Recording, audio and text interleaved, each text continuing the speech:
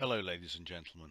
Well, what to say about a week in which the yield curve basically moves a total of 3 to 4 basis points in range.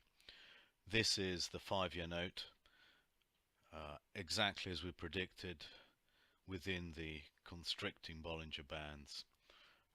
Not much to look forward to next week either. We might go down and have a look down towards the 270 area, but probably bounce off it and back up we go to 279. Exactly the same picture in the 10-year note. Nothing going on. We might come off another couple of basis points and then back up towards 295. The 30-year note has actually in yield not moved a single basis point throughout the week. Completely dead. Summer trading. The doldrums will last for another 2 or 3 weeks unless some serious news comes out, and then we're probably ready for the for a move higher in yield. That is all that can be said about the US bond market. It is dead. It is, unless we get some serious news about inflation, we are in a 20 basis points range for the foreseeable future, as we forecast over a month ago now. And yet, if we look at the German curve, we see this is the 5-year Bund. We see that basically we are hugging the lower Bollinger Band. It's basically trading in a range of minus 22 and next week probably to minus 30, 31. Basically forecast an inside week unless we get some amazing news out of Germany, which we don't see with the World Cup going on and also with the holidays fast approaching. July and August in Europe are completely dead, and that is what Germany is telling us.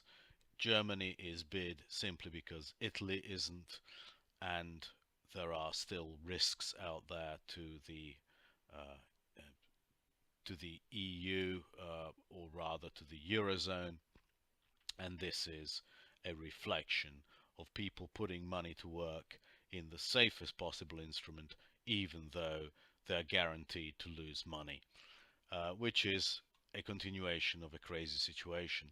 As you can see, the 10-year note, Bund doing exactly the same, hugging the lower Bollinger Band, and we have very, very important levels here around 28 basis points and then 23 basis points. I would argue the only reason why you've seen an even 2 basis points move in the US 10-year note is because money keeps on flowing out of Europe and into the 10-year via swaps. People are basically keeping a lid on the 30-year and the 10-year. They're reaching for yield, and that is all you can do when the markets are as dead as this. Turning to the equity markets, it feels as dead, but it's actually slightly more bearish than the fixed income. If we count, this was Friday, Thursday, Wednesday, Tuesday, Monday. That was the close last Friday. We never exceeded it. We never actually even got anywhere close to it. 280 to 2780 is a very important level. Uh, we have the moving averages containing the move all the time. They're still pointing downwards. That's why we think it's there is no point in buying this market to hold. We think the next big move is going to be higher, but we think that over the course of the next 2 or 3 weeks, we are still going to go sideways to down and fill these gaps around 2730 and possibly even 2700 on a spike. But that is basically going to be it. That's why keep on telling you sell 27 even 27.25 puts, uh, keep on rolling the short puts as they expire, and that is all you need do in this market. Basically, you have income coming in every and each day, and you just forget about trading something which is impossible to trade. Uh, we do sell every time it gets up to the moving average and cover 4 or 5 points lower, but it's such a waste of time trading for 4 or 5 points when you can make such good money by being short of volatility and being short of puts below the market. This is an enlarged chart of the weekly candle. You can see how tight the candles are. Basically 2764 to 2747, that's the body. That's less than a percent. What this tells us is that we are likely to see another 2 or 3 or even 4 candles going sideways. Seasonality is bad. uh, June and the last 2 weeks of June and July tend to be quite bad, so we would not be surprised to see a move down by, I don't know, a 1.5 percentage points, something which is going to be capped by this moving average, which is going to be rising and probably somewhere around 2701. That is why we just can't see the market going through it. It's good. It's very, very good support. There isn't a single week that we haven't traded at that moving average throughout basically this correction. Therefore, 2701 by the time we get there in a couple of weeks time is definitely going to be very, very major technical support. We haven't in a long time looked at our friends, the forward earnings, and we can see now how important 2700 is on the downside. That is where the times 16 Blue Angel is. If we were to break below it and close below it on a weekly basis, it would be quite something. We would probably be in a position to retest the lows for sure somewhere around the 2500 area. Uh, that is why we think it's so important that we hold it, and we are pretty sure that we will, uh, simply because these Blue Angels are rising so nicely, and on a weekly basis they've held the market very, very well throughout the this correction. If we were to break the times 16, we would collapse down to the times 15, which has been a very, very important area of support. As you can see, times 15 has really caught almost to the tick the every single prior fall. Therefore, we don't expect this to happen, but just warning you, if 2700 on a weekly closing basis goes, there's something very badly wrong with the market, and it'll probably go another 7-8%. That is very significant. We don't see what that is going to be caused by for the time being. The Blue Angels, the expectations of earnings are going up very nicely, and therefore we think that after a sideways move here in the summer, we will go and test the 17 times, which might be somewhere near 3000 by then. That is our long-term expectation, provided that 2700 holds on a weekly close. Our friend the dollar has really confounded everyone. It's given really a sell signal actually in the DXY. We have a lower high in the RSI, we have a lower high on the stochastics, even though we've made a higher high in the market. It is now likely that we come and retest these levels around 93.12, giving some impetus to US stocks. We also have just about to have a sell signal here on the MACD. So this move could be quite quick, and then if we don't stop there, we will definitely test the 200-day moving average, which by that time will have got up towards the 0.382 retracement here at 92.44. 92.50 is here the very important level. 92 44.9250 is going to be the critical level. But for the time being, with all these technical indicators looking the way they are, the path of least resistance should be down for the dollar.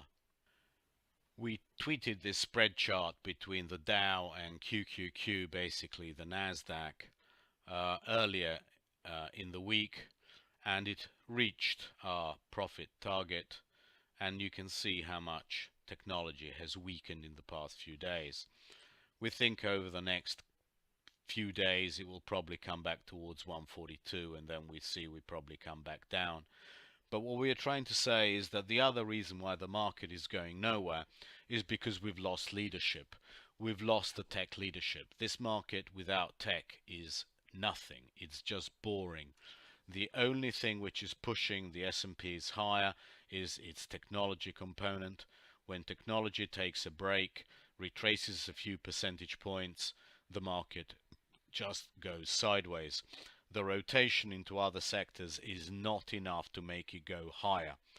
Without technology, ES is just nothing. And here is the price action in the Nasdaq. We tried, we failed, we came back down, we've turned the moving averages, they are on the way down. It would not surprise over the next few days to test and break 71.38 and then possibly this gap here around 70.83. That might be an excellent level to get in. That's what, 100 points, percent and a half.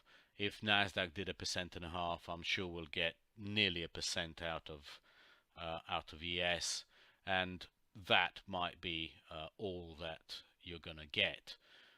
So leadership lost from the Nasdaq and the tech. Leadership lost also from the Dow Jones Transports. You can see just rolled over this week and it's come back down. We are now basically just churning and doing not much. We have a negative MACD, but that doesn't mean very much. In 4 or 5 days it'll be exhausted. And we are also in the Dow very, very close to the 200-day moving average.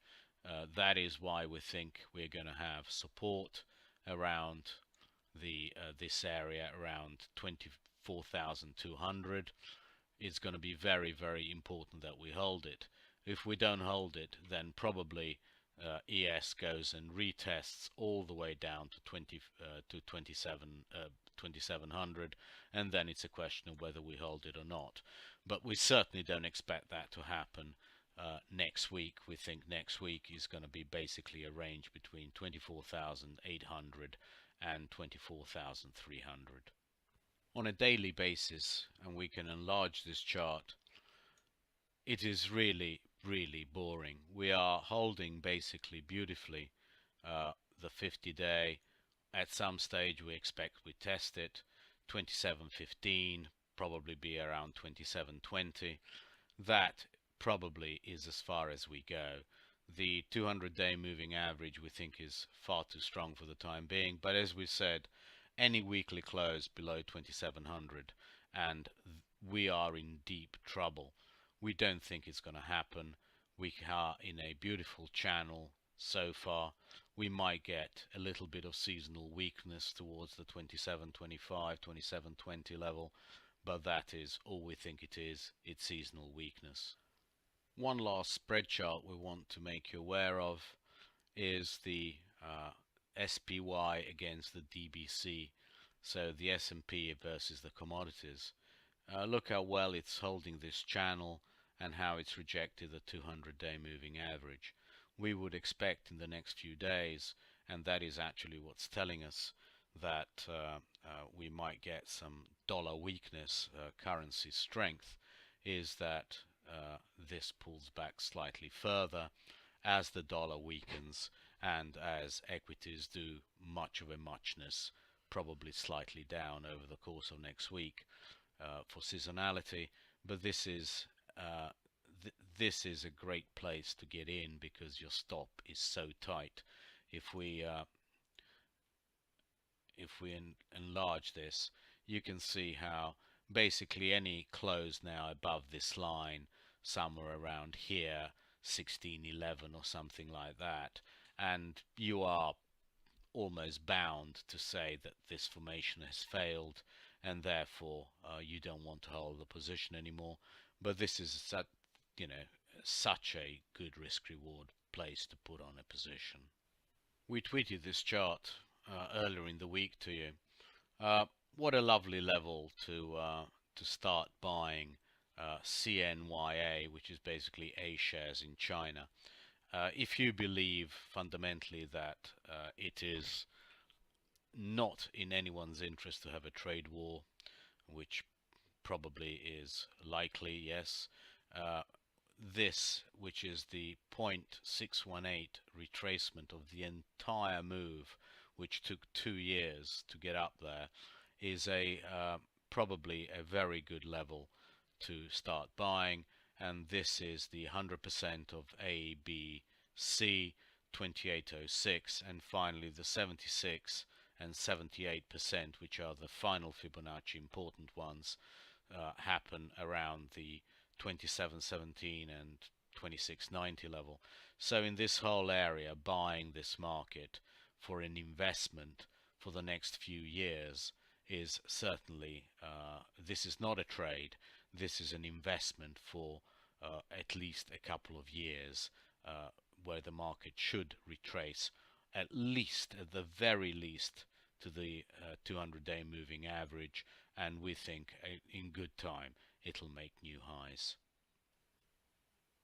Gold actually is looking quite interesting simply because DBC is looking quite good against equities, and also because we are now at the 200-week moving average, and we are very much at the lowest level of the Bollinger Bands, of the weekly Bollinger Bands. If we are right and the dollar starts weakening now, I know we said 1237 is the ideal place. Well, sometimes in life you don't get the ideal. If the dollar starts weakening, we would not be surprised to see it all the way up to 1315, where this bunch of moving averages is on the weeklies. Certainly this bounce to 1315 is cannot be excluded, and really the best way to do that is via a call spread, long calls, some around 1270, 1275, probably short 3 times 1316s with a couple of week duration. That should be more than enough. The weekly biases for next week hardly change. There's nothing to do in the 5-year, 10-year bonds and bobbles. People are going to be buying the 5 and 10-year for the next couple of weeks simply to get some yield, to get something out of this boring market and the summer doldrums.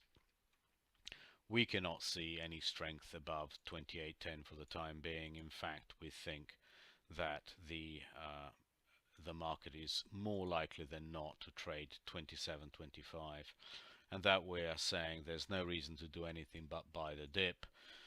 But we will put here below 27,000, sorry, 2700 on weekly close is very bad.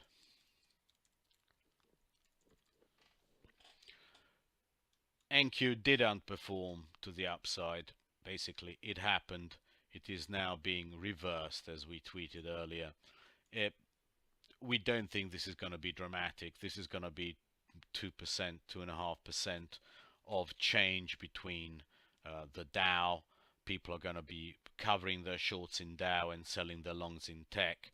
That spread might move to 2.5%, which probably means that the market is down 1% to 2% in the NQ.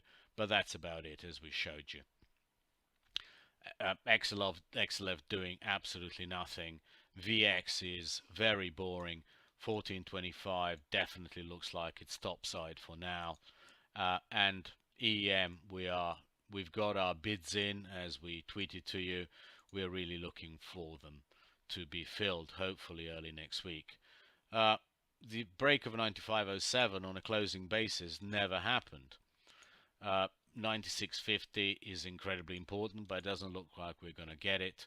We are more likely to go down towards the 93 level and find some support there, as we explained earlier in the video. Thank you very much indeed, and have a lovely weekend.